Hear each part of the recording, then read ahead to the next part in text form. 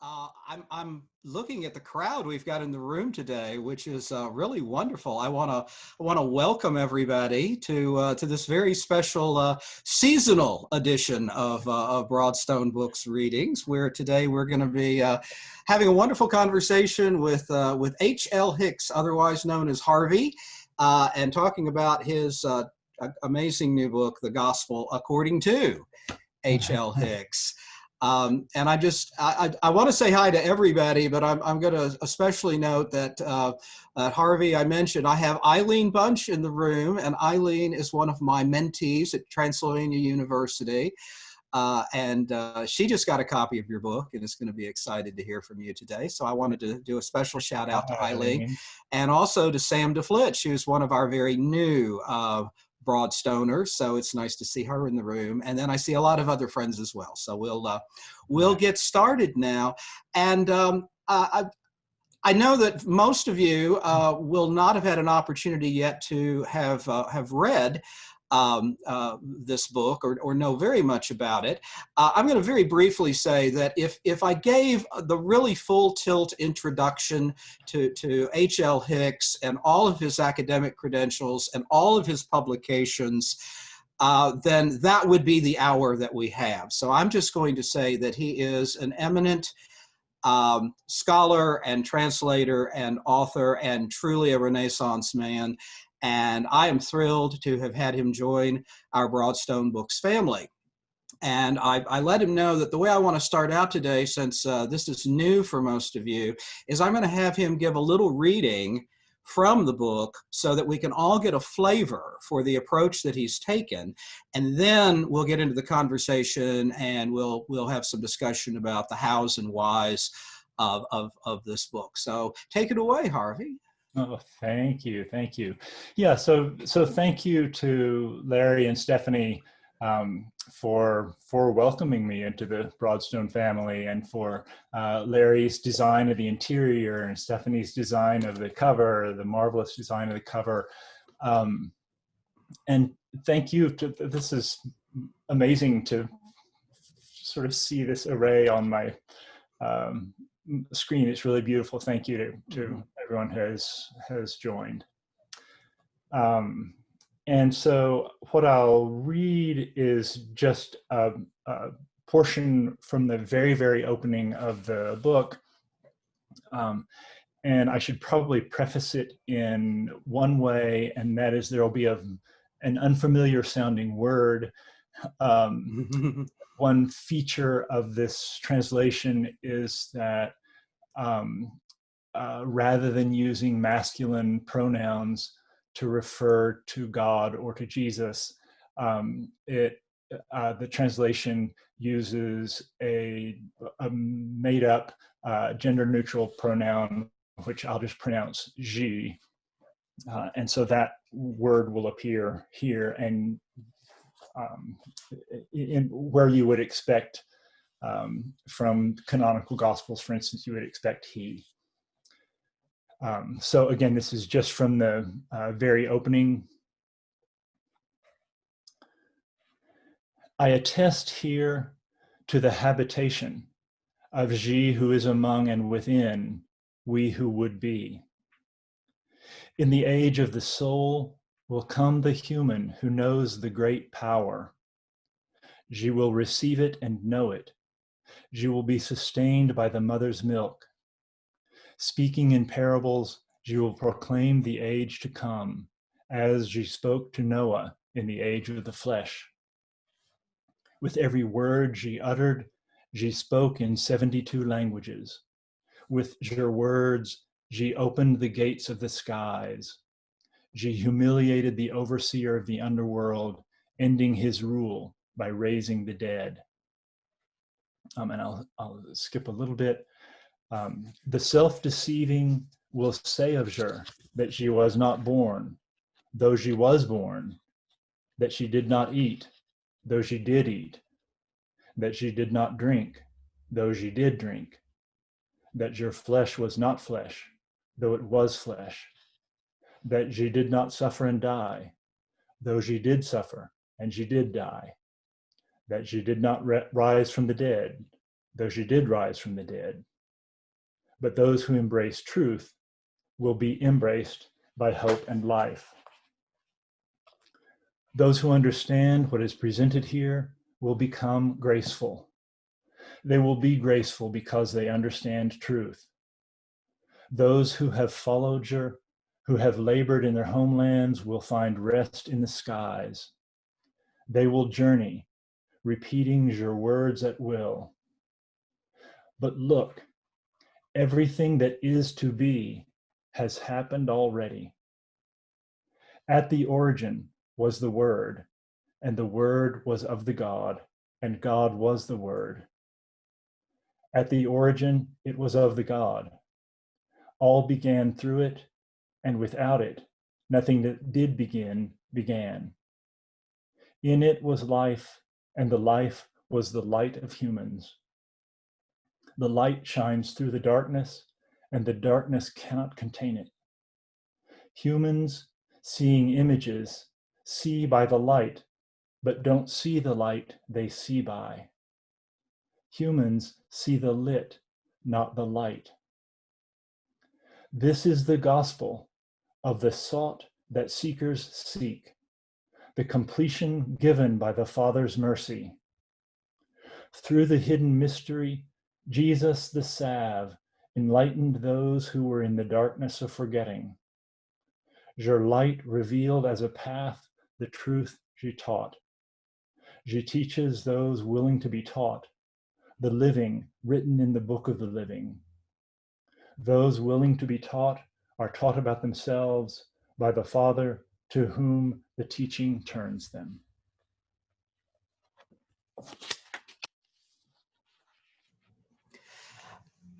And what I'll say while I just catch my breath from listening to that, Harvey, is what strikes me is how you're taking material that for many of us is very familiar, and yet we're hearing it in a completely new way. And I assume that that's one of the reasons you undertook this project in the first place. And I think the first question I have for you on that point is, what in heaven's name? And I use that term technically. What in heaven's name propelled you to undertake such a project, to take on what is unquestionably one of the foundational documents of our entire civilization, and to go back to the original sources and to approach it with fresh translation. And it's like, how crazy did you have to be to do this? So talk us into how this came to be, how you came to it, and how you made some of the decisions you made. And let's just start it off that way. Sure. Yeah. Thank you. Yeah. It's the gospel it's been a preoccupation for me my whole life, or my whole cognizant life. I was raised in evangelical Protestant Christian churches, Southern Baptist churches, and biblical texts in general, and the four canonical gospels in particular, are very important. And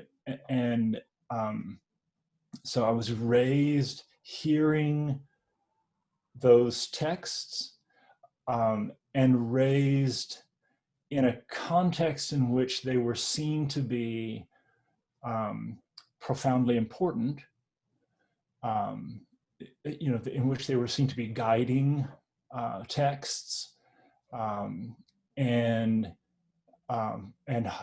valued texts. So they have been a presence for me all my life, and yet there has since college been a kind of issue for me that I have a tension that I have felt, in that the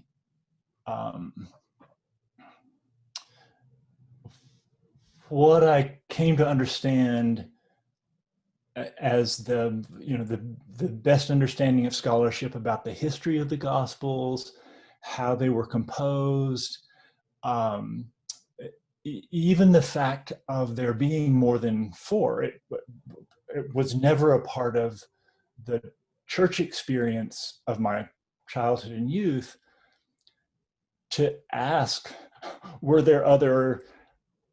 It just didn't. It never occurred. And so I get to college and learn that, oh, by the way, there were lots of them. They're being rediscovered all the time. A number of the sources for this text are sources that have only been only widely available to people since the 1990s. Mm-hmm. And so things keep being sort of found in the desert. So I was made aware of a different sense about the history of the Gospels, and have come as an adult to acquire a kind of broad distrust of institutions, and that includes the institution of the church. And so then the question of canonicity becomes a very live one. Okay, if I value this material, it matters to me, I take it as edifying,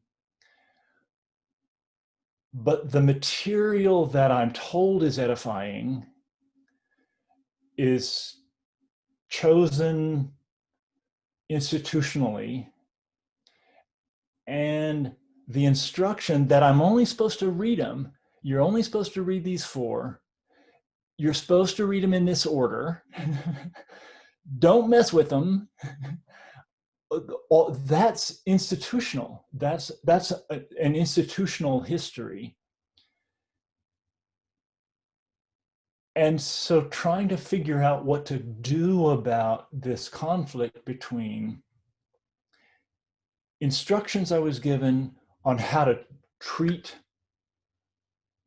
these texts by an institution I don't trust, but texts that I value, even revere, has made for a kind of ongoing, dramatic mental tension, cognitive dissonance for me, my adult life. And finally, then very recently, just a couple of years ago, as I was working on another writing project, nothing per se to do with this, I began to look at the texts from the Nag Hammadi find, which is a recent discovery found in a desert cave in Egypt. I think these dates are right. I think it was found in the 40s, but wasn't sort of made available to scholars until the 70s, and so translations of it didn't begin appearing until the 90s. But it's quite a number of texts, including some gospels and gospel-related materials. And so I was reading in this material, and something finally clicked for me that one of the enforcements from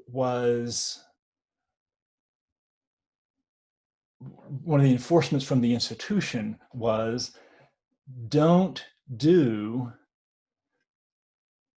what the writers of the canonical gospels themselves did.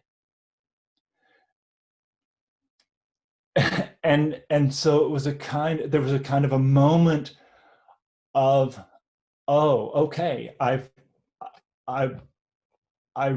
refuse that proscription, and I will try to do what those Gospels writers did, which was to take the best sources available to them and compose their own gospel. So the canonical Gospels no matter how you understand the histories of them, at least some of the portions weren't the writers themselves recording what they saw, what they witnessed of the life of Jesus and so on.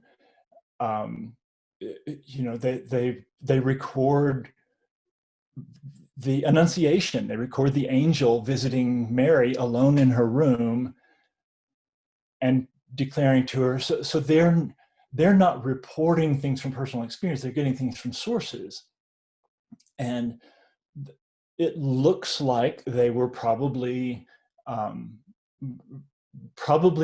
of the writers of the canonical Gospels were themselves witnesses to Jesus' life. They had sources. They had written sources. You can see it in the synoptic Gospels that Matthew and Luke, the Gospel of Mark was one of the sources for Matthew and Luke. So they're taking from that and adding whatever other sources they had. But we're told, don't do that. Leave. You got Matthew and you got Mark, and leave them alone. But it just occurred to me that I don't want to leave them alone. I'm going to see what happens when I try to fulfill this practice that the writers of the canonical Gospels themselves used. And so then it was the work. That's the unfortunate thing about having an idea is then the work. But yeah, that was sort of how this all began to happen for me. Well, when I wrote the website description of your book, the analogy I used was to film editing, and that you kind of took all of the bits that had been left on the cutting room floor and created the director's cut of the gospel. But in listening to what you were saying just now, I think another analogy that I think almost everybody in the room here can appreciate, because all of us, either in our academic lives or whatever kind of jobs we've had, have had that experience of creating a document by committee, where where it's always a case of trying to cram all of these different points of view into a very unsatisfactory final result that addresses a particular agenda.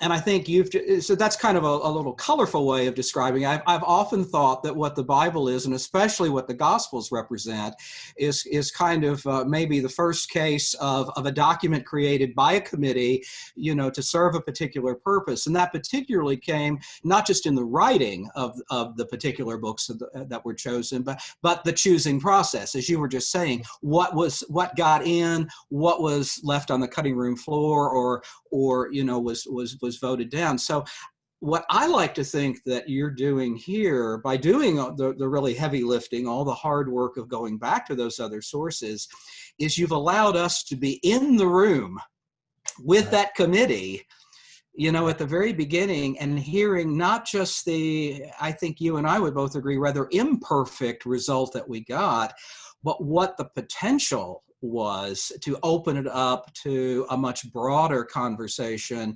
and perhaps a broader agenda, if you will, in the final product. Right.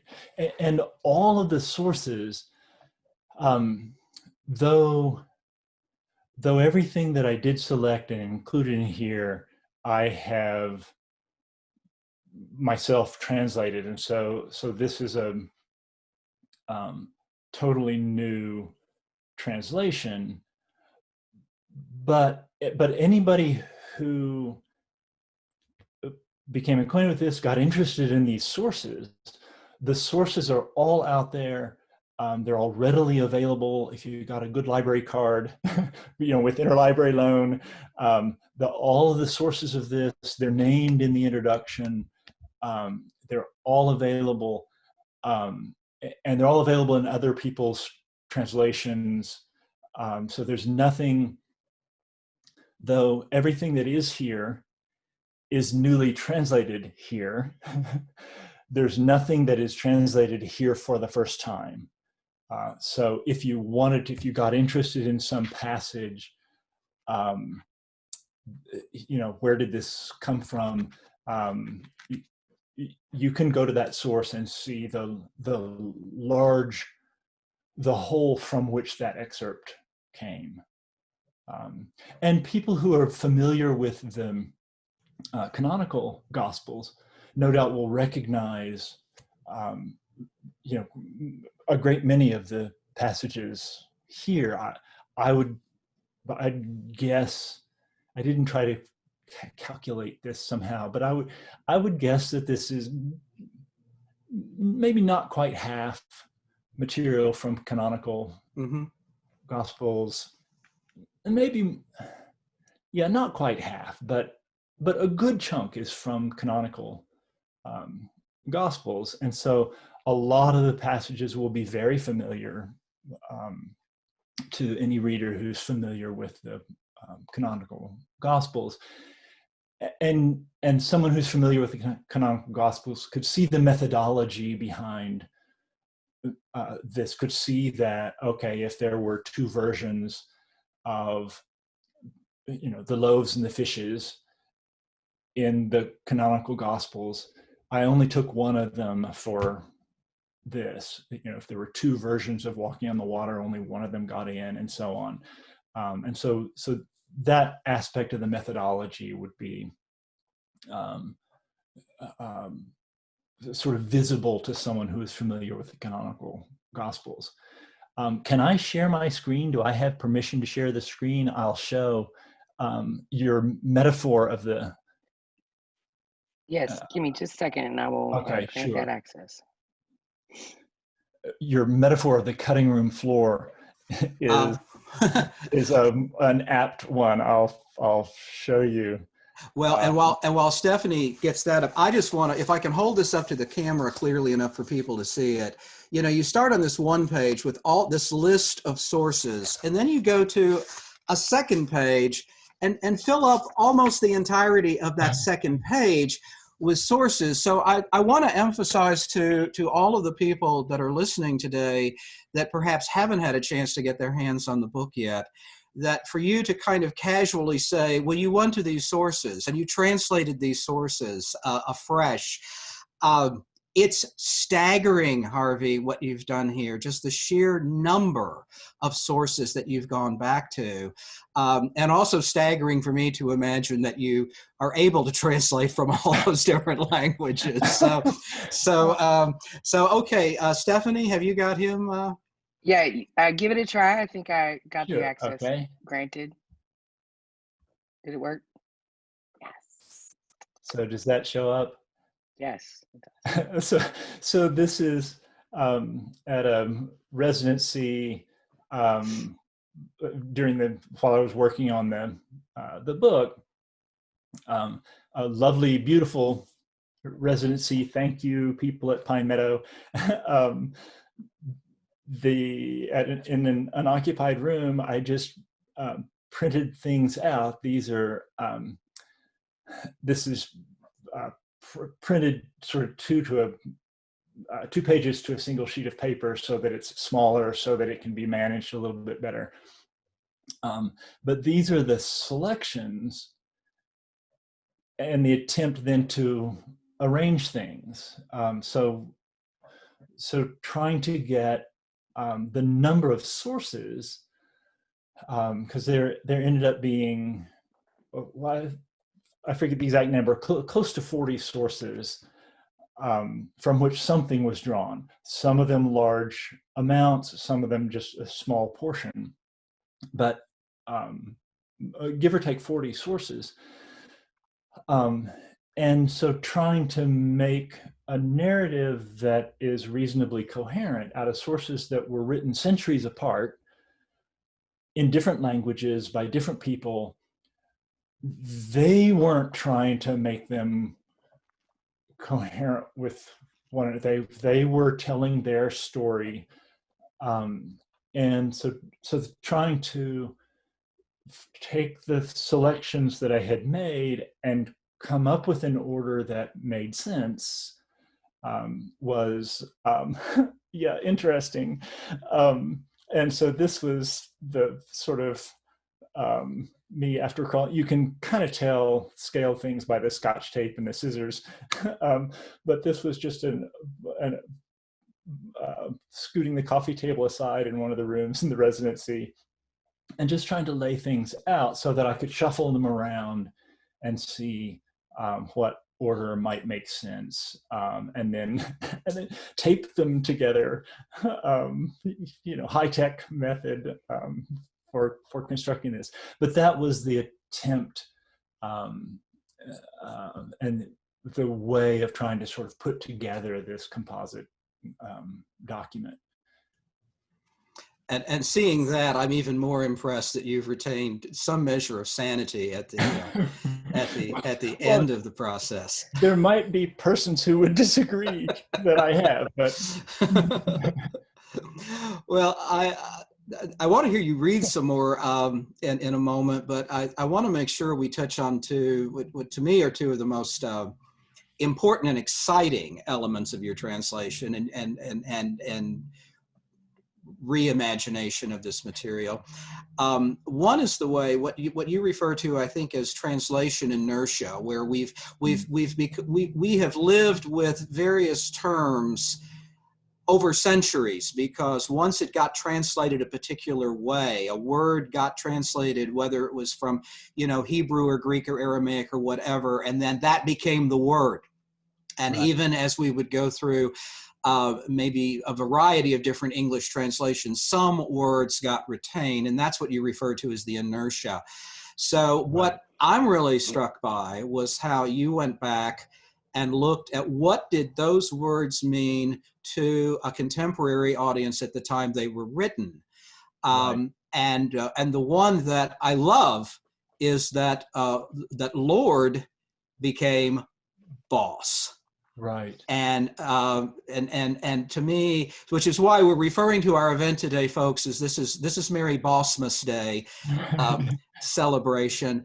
But a change like that, which is it's not subtle, certainly, but to me, it's just almost gobsmacking, and how it's like, oh, when you look at it that way, it completely redefines the relationship that the apostles, or apprentices, as you call them, had to Jesus, and it redefines the relationship that we now have. So I want you to talk about that, and then I'm also going to go ahead and throw out, because you've touched on it earlier in your first reading, is you also have made, I think, an absolutely heroic attempt to get past gendered language and the idea of somehow assigning a concept, a human concept like gender, to the divine, to the ineffable. And so the two things that I find most stimulating, but that I also think many readers might find the most off-putting and difficult in approaching this new version, is the way that you've gone back to the original meaning of some really, really critical terms, and also that you've invented a way of expressing a non-gendered deity. So I'm going to shut up for a moment and let you just kind of chew on all of that and kind of talk us through, some of your thought process and how that all came to be. Right. Yes, they're definitely two of them, the strongest motivating factors for me. It's another one of the concerns that has been sort of with me for a long time before I started in on this project, that translation specifically into English is the temporality of it, the chronology of it is not smooth. And so the translators of what for me, and I think for a lot of people, is the sort of formative translation is the King James translation. So made in 1611, and known often as the authorized version. And it's what I think a lot of people who grew up in the sorts of churches that I grew up in, Protestant evangelical churches, grew up hearing the King James Version. So the King James Version, it's in my head. But there are issues with that. If we assume that the original text, what is, insofar as any text has some kind of ultimate authority, the ultimate authority is with the original language text. So the text that was written for the canonical Gospels, Greek. If it's the Greek the sense of the Greek that we're trying to get to, if that's what conveys the gospel, then the King James Version might be relatively more effective in some aspects than in others, because it's not only that I don't speak Greek on a daily basis, I also don't speak King James English on a daily basis. The English language has changed a lot since 1611, as witness read your Shakespeare, writing from give or take that same time. King Lear in 1605, I think, am I remembering correctly? So right around the time of Shakespeare, and so the King James English, there's a connection between, there's a continuity between King James English and the English that you and I are speaking right now, but they're not identical. And the English language is changing very rapidly and changing all the time. You can think of all the new words that have, been invented in the last 5 years. And you can think about the changes that have happened in our lifetimes, changes like, if I say, oh yeah, I'm really bad, that means something now that, 50 years ago, it would have meant something totally different. So the language is changing very rapidly. It's had plenty of time to change since King James English. And what really strikes one, I think, when you start comparing the Greek originals with King James Version, is that a word like, for example, Lord, that was a great choice in 1611 in England. Lord was a normal word in English at that time that everybody would have used in many contexts. It wasn't a special word reserved for this text or reserved for this context. And so if you were English in 1611, you had a Lord. But you and I don't have a Lord. And if we, in normal English today, not in a religious context, it's hard to think of a context in which we could refer to somebody as a Lord without making fun of them. And so it doesn't have any normal resonance. But the Greek word kurios, that's the word being translated by King James English as Lord, the Greek word kurios was a very common word that was used in all kinds of contexts to refer to all kinds of different people. And in the canonical Gospels themselves is used to refer to lots of different people. So in the parable of the householder, for instance, the householder, the landlord, the rich property owner, is the kurios. same word that gets translated Lord when it's referring to Jesus. Pilate is referred to as Lord by the Jewish leaders when they're discussing whether to punish Jesus in the Passion narratives. And so the word kurios is used in a lot of contexts. It's not a specialized term that only refers to Jesus. And so I was trying to capture that fact about the word, which would have been a part of how people understood it. So it was a term that conveyed respect. It conveyed hierarchy, who's above and who's below, and so on. But it wasn't a specifically religious term. It didn't only refer to Jesus, exclusively refer to Jesus, and was in wide and common usage in other contexts. So I was trying to find a word, I'm boss isn't a perfect choice either. There are resonances that in contemporary English that it has that, Bruce Springsteen wasn't there in, so there are resonances that it has. It's an imperfect choice, but I doubt that there is a perfect choice that beautifully matches the Greek. But what I wanted was a choice that's more like the many virtues that the word Lord had in 1611 made it a good choice then. Because the use of the English language has changed, it's not a good choice now. It's misleading. It goes away from the sense of the Greek.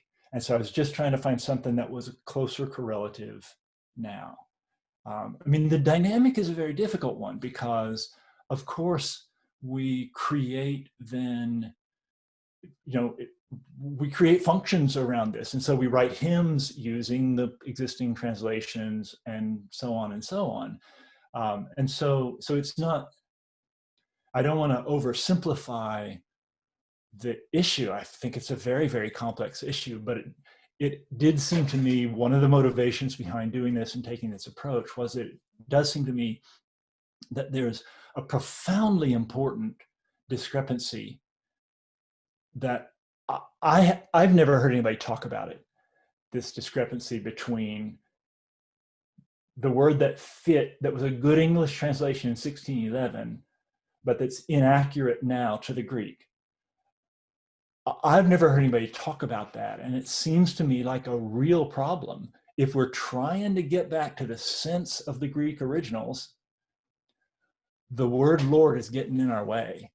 And so it did seem important, no matter how inept the choice of the word boss is, it still seems to me to be getting at something. And then in the concern about gender, it's a different concern. So the concern about the words like Lord and angel and so on, the words that I chose a different tack than the standard translation. So everybody translates kurios as Lord. It's just everybody does that. And I just wanted to do something different that I thought was truer to the Greek. The gender issue is different because the Greek is gendered too, just like the King James English is. And there's an extra difficulty in that, as someone in an email today to me said, oh, but wait a minute, I get the non-gendered thing with God, but not with Jesus. He was a man. And so the gender issue was different from the translation inertia where the attempt was to get back to the original Greek. The original Greek is gendered too, and refers to God and Jesus both with masculine pronouns and masculine terms. My decision about the non-gendered pronouns and about the terms like the created term father. So I probably didn't make enough distinction in reading the passage at the beginning of this discussion. But also words like father, God is referred to in this version as the father, F-O-T-H-E-R, so merging the words father and mother to create a different word. The reason for that is not being true to the Greek text. It's being true to I think a religious premise of mine, which is a valuing of the paradox, mystery of transcendence and immanence. And so we recognize the problem of depicting God. Suspend Jesus for a second and only about God. We recognize the problem of the Sistine Chapel, beautiful Michelangelo painting, and God, the God touching Adam's fingertip, has a body. It's a heavily muscled male body with a long white beard. And so we know that there's something askew about a depiction. If I paint a picture of God and I make God a man, we know there's something odd about that. There's a kind of failure. And it seems to me that there's a similar limitation in language, at least in English and Greek. There's a similar limitation to the representational portrayal. And so that was the reason for the decision about the, in essence, favoring transcendence, favoring the sense in which God doesn't have a body, does not have specifically male body,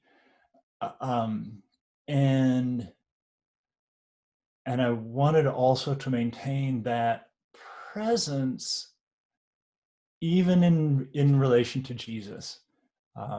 So if a portion of the gospel message is that Jesus is divine, then my hope is that aspect comes through with the making the pronouns in relation to Jesus the same as those in relation to God. Again, an imperfect solution, but one where I'm not persuaded there is a perfect solution. Mm-hmm. And what I'll just add to that, and just put my cards on the table, people will approach this text in various ways. I mean, I'm personally an atheist. And for me, I approach this material, although like you, I have actually a very similar religious background to yours on my way to becoming an atheist. But so I many of the things that you talked about were very resonant for me.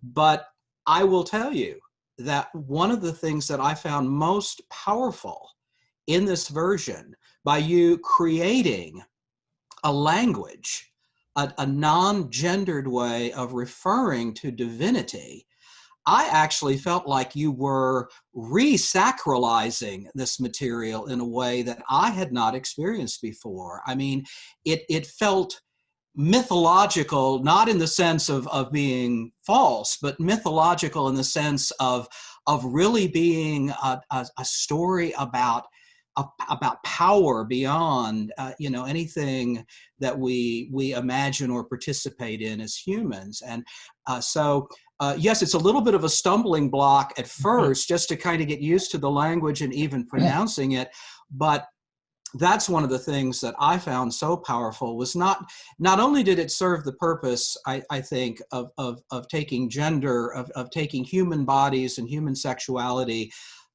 out of the discussion of the divinity, but I think it allowed us, it provided us with a language now, of a way of referring to that evanescence in a way that is clearly other. Right. And I want to quickly say, because I'm aware of the time, we do have some questions, and I'd like to get to them, but I feel like it's very important, since we're in the week leading up to Christmas / Bossmas Day, that if you can thumb to it readily, I think all of us would like to hear some of the nativity tale as it's presented in this gospel, because I know, again, very, very familiar story for most of us in the room. Let's see how it sounds in this gospel. Right. Yes, and it was one of the interesting things in the research, was that the Gospels, non-canonical Gospels, include a number of different approaches, but one of the approaches is that there's a whole category of Gospels, not that they themselves took, but has been applied to. They have been grouped together in a category and referred to as infancy Gospels, and so there are multiple Gospels that they're just concerned about the infancy narratives, about either Jesus as a child or the events leading up to Jesus' birth, and so on. And so it was interesting to me in doing the research that it's one of the aspects of the gospel that has clearly captured people's imaginations over the years. People wanting to hear the story of Jesus' birth. So I'll just read, here's a little passage that will have a small portion of, it's a short passage, but it has a small portion of familiar from the canonical Gospels material, and then some other from non-canonical sources. At that time, Caesar Augustus, by edict, ordered a census, so everyone had to return to their homeland. This census, the first during Cyrenius' rule over Syria, made it necessary for Joseph to travel with Mary to Bethlehem, because Joseph and Mary were of the tribe of Judah and the house and lineage of David. While Joseph and Mary were on the road to Bethlehem, Mary said to Joseph, "I see two groups of people in front of me, one weeping and the other celebrating." In response to her, Joseph said, "Sit and hold on to the donkey and say no more nonsense to me." Then a beautiful child dressed in bright clothes appeared in front of them and said to Joseph, "Why are you calling nonsense the words you heard about the two groups of people?" She sees the Jewish people weeping because they are withdrawing from God, and the other people celebrating because they are advancing toward the boss, as promised to your fathers, Abraham, Isaac, and Jacob. The time has arrived when from the seed of Abraham, the good news will go out to all people. The child, having said this, ordered the donkey to stop and told Mary to get down from the animal and enter a cave that was always dark, never having seen the light of day. But when Mary entered, the whole cave shone with great splendor, as if the sun had entered it, so that the whole cave gave a bright light, and it was like midday, so brightly did the divine light illuminate the whole cave. The light did not dim day or night until Mary gave birth to a son, whom the emissaries surrounded at birth. As soon as she was born, she stood on her feet and they worshipped her, saying, "Glory to the highest God, and to earth the peace of people of goodwill." So one of the fascinating things to me about seeing these many infancy narratives is that a part of what they seemed consistently to convey, this is another inquiry I've received from readers. People are interested that I have not taken the approach here of trying to make this more realistic by our terms, more I've not tried to reduce the number of miracles and so on, bring them on.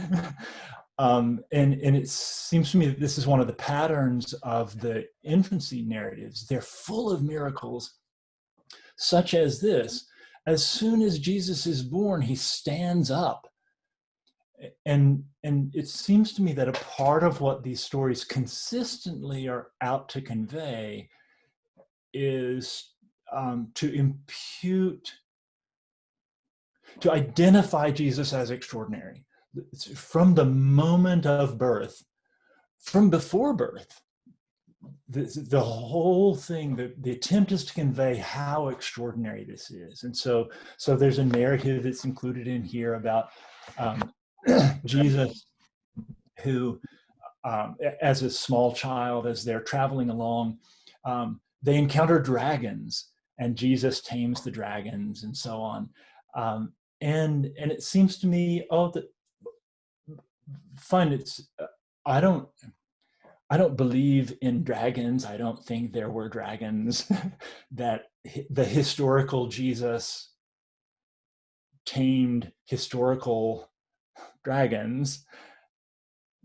But the story seems to me to convey a very clear message about how extraordinary the whole narrative is, how extraordinary the protagonist of the narrative is. Look, as a kid, as an infant, he has power over nature. That message, it seems to me, is really clear from these infancy narratives. So I wanted to keep some of them in this version. Well, thank you for sharing that particular passage, which, as I say, is very appropriate for this moment. I'm aware of the time where, as I knew would happen when we set aside an hour for this, that would barely scratch the surface of the things we could talk about. And what I'm going to do is make a few little wrapping up comments and then not wrap up, because I know I hope, yes, Bob Hunter is still in the room with us, and I know he had a question in chat earlier, and I'm actually going to ask him to join the conversation in a moment. So for everyone's sake, I want to thank, for anyone who does need to drop out when we get right up on 5 o'clock here in a few minutes. Thank you so much for being with us. We had a wonderful crowd today in the room. Many people I know, since a lot of you I don't know, and you may be new to Broadstone Books. I encourage you to please visit us at broadstonebooks.com. Please find us on Facebook, which is where you'll find news about events like this one. We plan to have at least monthly Zoom events. Someday we'll be able to start doing things in person again, but even then, we're looking forward to continuing to have our virtual community of Broadstoners and all of our book-loving fans. So if you're not already part of that family, please join us. Very specifically, if you don't already have Harvey's wonderful book, I hope what you've heard today will encourage you to go out to broadstonebooks.com. Stephanie has put the link in chat where you can click to go to order it. If you order it right now, don't expect to get it very soon because, of course, the post office can't deliver anything right now. But if you order it, I promise it won't be there. It won't be there by Bossmas Day, but we will get books out to you very soon. And please, while you're there, check out our many other titles. So thanks to all for being with us. And may I add my thanks to everybody because of these, many people that I haven't seen in a while. And so, hi, Johnson. Yes. So thank you to everyone. I should not fail to mention that my poor beleaguered parents have even joined. So thank you. They're, I suspect have a mixed sense about the whole enterprise, but are, nonetheless supportive of their black sheep son. And so thank you, Mom and Dad, for this also. I want to thank them for being with us today also. I saw you were in the room. I feel honored that you joined us today. I want to thank you for producing this amazing son. Even when you feel he may have strayed a little far from the fold, I still want to thank you for making him part of my life and part of everyone else's life here. So thank you for that, and let me wish you a very, very Merry Christmas and a wonderful celebration of the occasion. With that, I want to. Where is he? Bob Hunter. Yeah. I think you've unmuted. Bob, you had a question earlier. I'm going to turn you over to Harvey. Okay. Yeah, Harvey, it's nice to meet you, Harvey, and thank you so much for your work. That's monumental work, and I really appreciate it. I did have one note. Sure. C.S. Lewis does raise your questions about Lord. He does so in a letter to John Warwick Montgomery. Warwick Montgomery wrote a little book on trying to defend the divinity of Christ. And I don't know if you know him. He's kind of an evangelical fundamental scholar from Trinity Divinity School near Chicago, Deerfield, Chicago. But he wrote this little book, and in it he gives a number of cases. From the scriptures, he's trying to develop the notion that the scriptures establish Jesus' divinity. And he uses the word Lord. And C.S. Lewis, who's somewhat complimentary of the book, says he overstretches the use of the word Lord and comes back with some of the very same points that you made in your explication of that word. So I just wanted you to know about that. Thank you. I think that letter is in the book itself. If I can find it, I'll try to get it to you so you can just kind of see that. But it is the that'd be great. place where I first heard that issue of the word Lord, and I wondered why other translators did not correct that. So thank you for that. Yeah, thank you. My question actually is kind of a question of statement.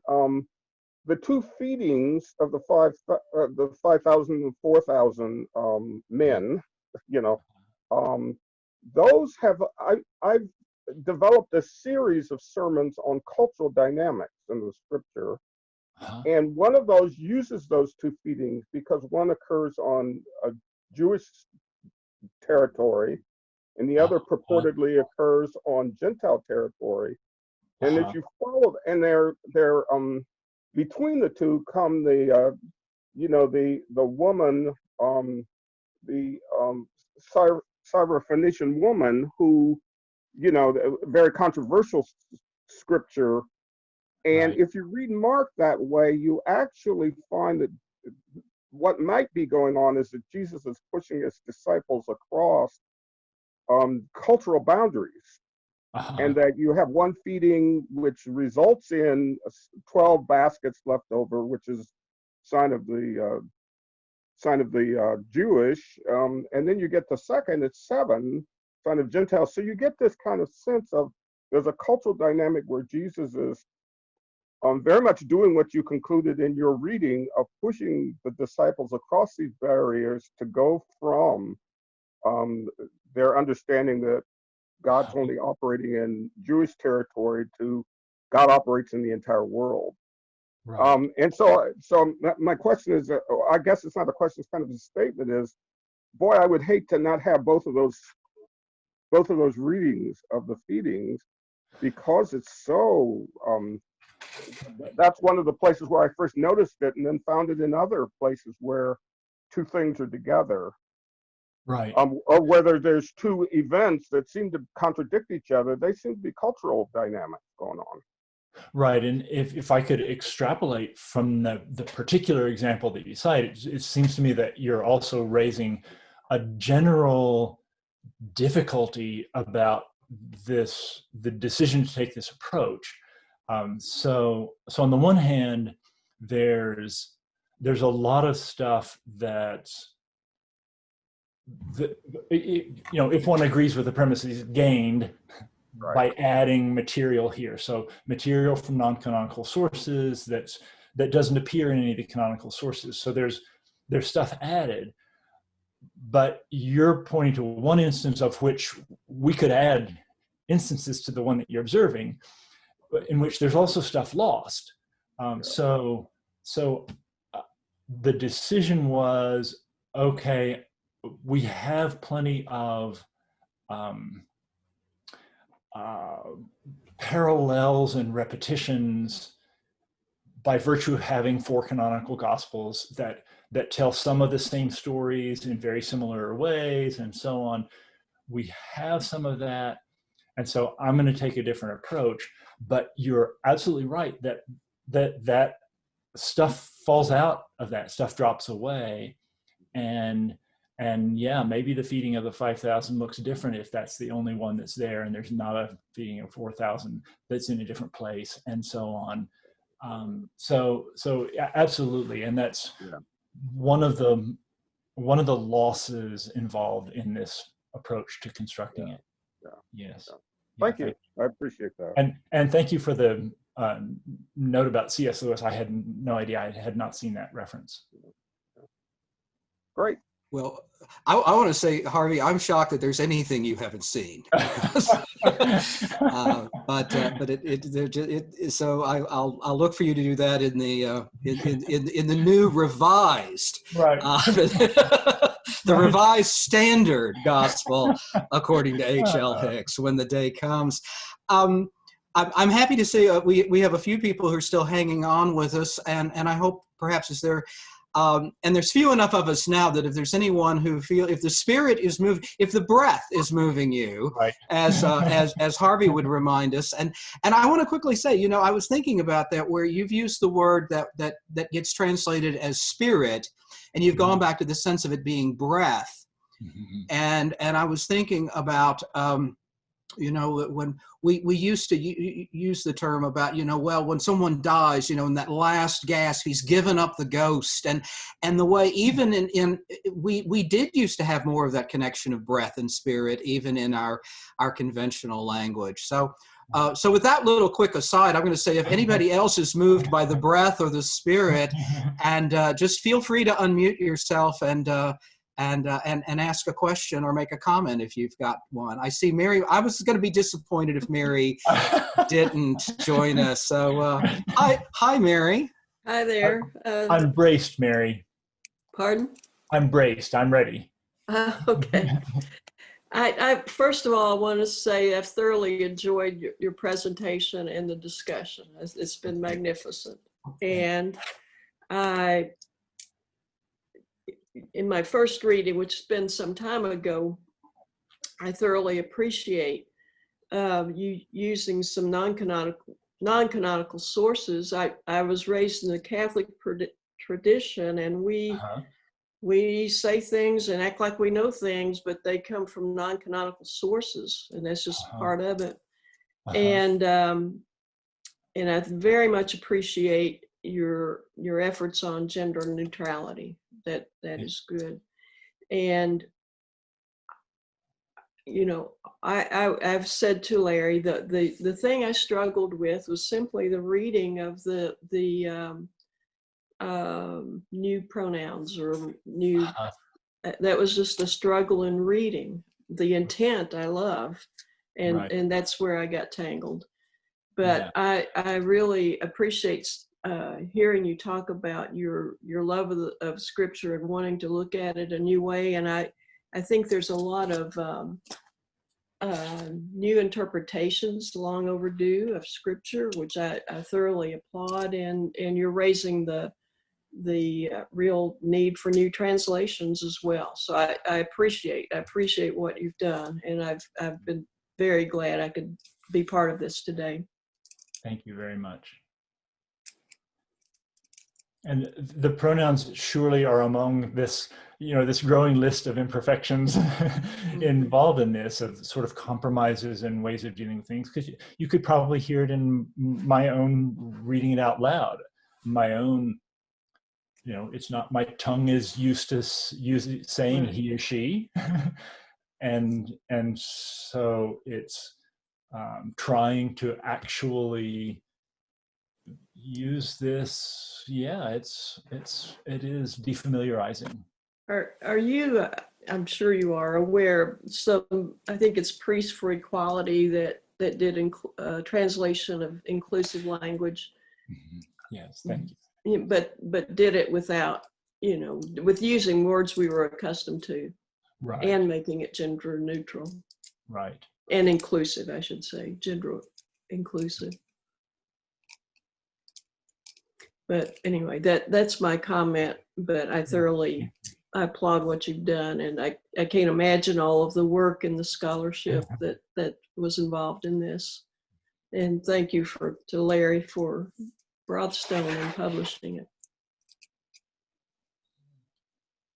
Well, I'll say, certainly my pleasure and my privilege to do so. And Mary, you were definitely playing softball with him today. I will speak. I know one of Mary's comments when she was good enough. She is one of the people that I had read it, because Mary. Everyone else in the room, Mary Martin, everyone else in the room. Mary is a very, very long-term friend of mine, and someone that I've had many, many stimulating conversations about religion with, and also someone who comes out of a Catholic tradition, but is a very, very progressive person. So I thought, who better to read this in manuscript and kind of give me some feedback. And I know one thing you didn't comment on, but I will sort of throw this to Harvey because it kind of gets to the purposes of texts like this.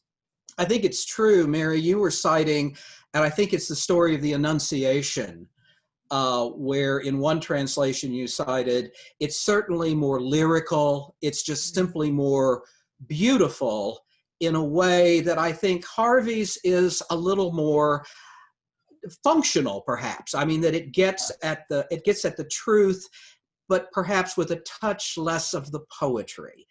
And I will say that I think, since that's not a criticism that you repeated today, I wanted to repeat because I thought it was worth saying, is that no translation is going to be able to serve every purpose. So Harvey, kind of lobbing that over to you, I think even though you are yourself a poet, I think there are probably points here where you struggled with that, and do you go for the poetry, or do you go for what you think is the real truth, the real essence of it? Right. Yeah, and it's one of the beauties of the King James version is the consistency of its having just musical, lyrical quality to the language, some of which maybe is our familiarity with it, but I think most of it is it's beautifully rendered, lyrically rendered, and yeah, that was one of the compromises that I was making along the way, trying to get questions of consistency, questions of aptness of the overtones and suggestions of the words, but also to have it sound like a normal English-speaking person might have been writing this down. And so it was one of the difficulties. And yeah, if I were not so concerned about the ideal or the principle of being true to the original, if that were a slightly more background concern, then I would have felt a little bit freer in terms of the musicality of the language. But that was I think one of the real limitations for me was trying to get, especially things like consistency, and also the defamiliarizing is going to make the language feel less familiar as well. You know, choosing words that we're not used to. It makes it flow less or flow differently. Yeah. It strikes me. I've dabbled some at translating poetry, and from German to English, and even such close languages as those two. There's always that question: is do you choose the word that is closest to the meaning, or do you choose the word that conveys more of the rhythm or the musicality or whatever of the original? Right. And I feel like perhaps it's not a criticism, but just apt to note that I don't see your text as a liturgical one. I don't know that it was necessarily your purpose that this would be taken up and used in that sort of religious context. I see it more as one that for those of us who are just really interested in this document that is such a part of our culture, and to see it interpreted and expanded in such a fresh way. So I'm not going to call you down much for it not being perhaps as poetical as I know you're capable of being in your work. But I think it does serve, and I think even Mary would agree that it serves a very valuable purpose. On an intellectual level, it might not be quite as soul satisfying in the poetic sense. And the question about sort of correlation of languages, English, much of English vocabulary derives from Latin and ultimately then from Greek. Mm-hmm. And so there are a lot of instances in which the English word that's used is a transliteration of the Greek word that was used. Angel is a perfect example. The word angel in English translates the word angelos from Greek. So it's the way we're just taking that word. So why not use the word angel to translate the word it sounds like? That it's where that word comes from. And my reason was an attempt again to defamiliarize and to return the sense of the original. So it's true the word angel comes from angelos, but again, angelos was a very common word that just meant messenger. It applied to all kinds of messengers, human messengers. A Greek hearing or reading the word, encountering the word angelos, would not have seen a mental picture of an extra human entity, would not have seen a mental picture of a creature with a white robe and wings on their back and a halo. That stuff that's been added by the history of the visual arts in Europe. And so we think of that, if out of context you just say the word angel, I picture a white-robed, human-looking creature with a gold halo and large white wings. But that's not what somebody reading the Gospel of Matthew in the original Greek would not have seen that mental image when they encountered the word angelos.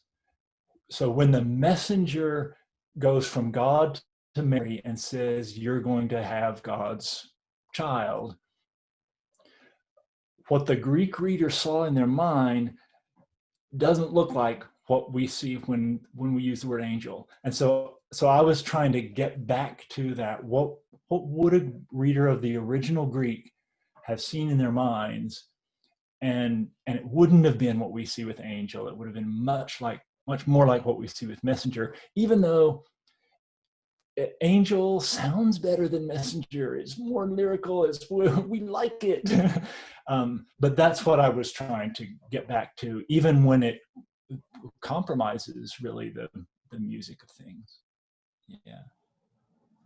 Yeah, I'm really glad that you used that example, because I'm going to call upon my ability to look at one of my mentees.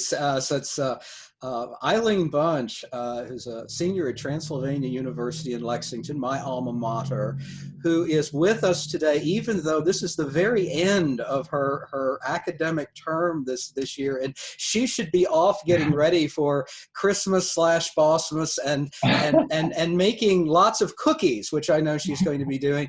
So I'm going to be professorial for a moment and ask Eileen to unmute, because I know she's got to have something to say or some response to everything you've heard today, because I know the things we've talked about. I want Harvey to have a little taste of what I've experienced in my meetings with you over the last few months. And so Eileen, say hi to Harvey. Hi. And we should reiterate, hi Eileen, we should reiterate that everyone is absolutely welcome to stay, and everyone is welcome to go. Add questions and so on. But also everyone should feel free. We've gone well over our hour. Don't feel like you're now obliged, oh no, I'm visible on the screen, he'll know I left. Please don't feel obligated to stay. Thank you for coming to this. So, Eileen. Yes, hi. Well, I did make 2 kinds of cookie dough already yesterday, so we're getting started on the extravaganza. But yeah, I do have a question which combines several things, so I hope I can articulate it in a way that is concise and makes sense. But in my study of religion and talking about the Gospels, the way that we talk about the 4 different canonical Gospels a lot of times is in terms of audience and who the different Gospel writers were writing for. Luke is writing for the Greeks, Matthew's writing for the Jews, and that's the way that frequently we account for a lot of the differences is right. Kind of a rhetorical purpose and things like that. And then kind of the second part of my question, or the setup to my question rather, is I also study classics, and I think about something like the Homeric epics, which there's a debate over the authorship and how we talk about what is the purpose of a piece of writing like that, and how do you think about that differently if you're thinking of it as something that was compiled over time by a wide range of individuals, or that was kind of orchestrated and composed by one person. You talk about that sense of authorship very differently. And so those are kind of the 2 halves to my question, which is kind of as you're compiling all of these accounts into one, how do those questions of audience, which is a consideration when talking about the canonical, any gospel or any piece of writing, and then, taking something that was written by many people and turning it into something that was orchestrated, compiled by one person. Just kind of wondering how you may have thought about that, what your thought process is, what that might change about the purpose of such a document. Right. Yeah. One of the things that in some ways for me, I take as relieving some of the pressure of this, of, really revising, taking a completely different approach to texts that very many people hold sacred. One of the things that helped sort of relieve for me the pressure of that has to do with this question of sources and audience and purpose. If if the purpose of a gospel is to explain, to stop questions. Here's a question, here's the answer. And if the purpose is to close things down, then this is the level of presumption is outrageous. But my particular sense is that the writers of the canonical gospels too, there's a reason why we say the gospel according to Mark, the gospel according to Matthew. No one of the gospel writers took their gospel as stopping questions. And some of them are explicit. The Gospel of John is very explicit about, look, this is terribly incomplete. If we how does it go if all the stories were told? The books couldn't contain all the stories that were told. So there's a clear sense that this is bigger than us. And so to me, what's ultimate about the gospel is this distinction between a gospel and the gospel. Mm-hmm. So a gospel is indicating in some way the gospel. As this gospel is trying to do, but the gap there is a gap that I take to be one of mystery. I just was reading for a totally different project. I just was looking at a favorite text, Simone Weil's book, Gravity and Grace.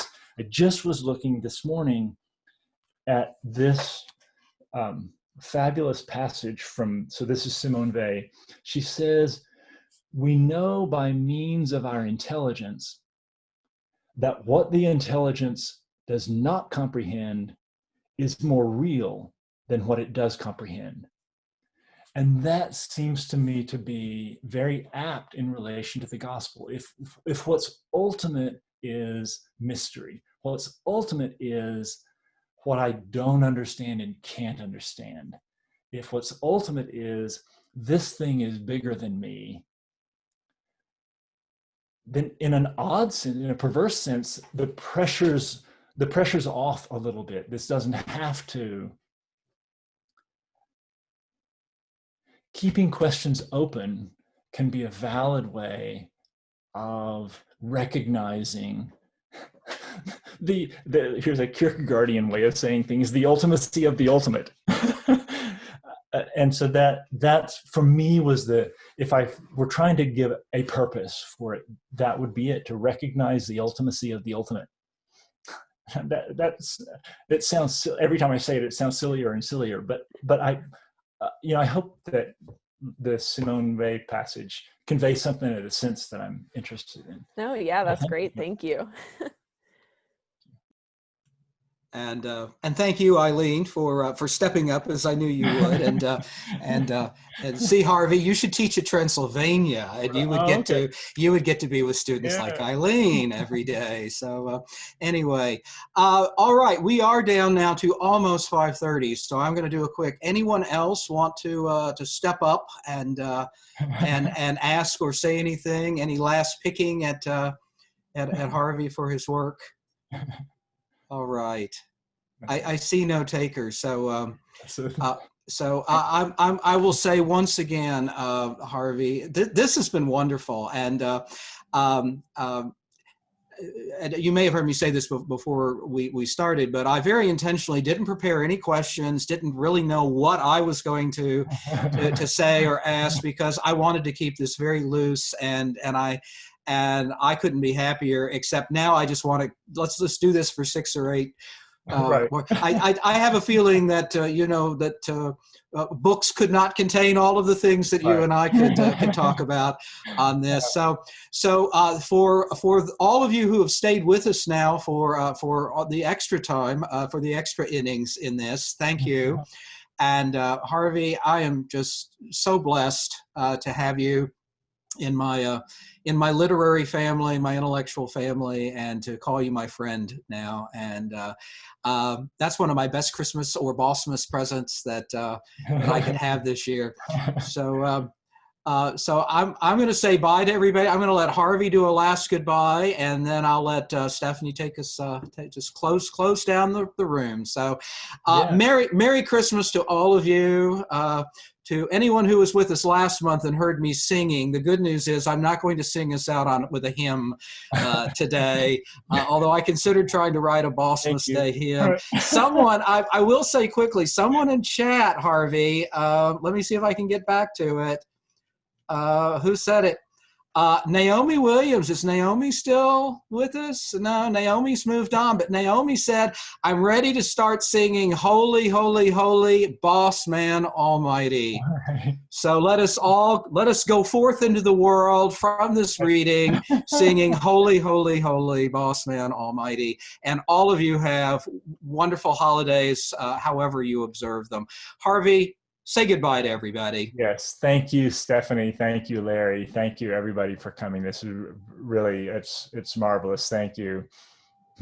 Right. Hey, Skylar. Hey, Darren. Thank you. All right. Goodbye, all.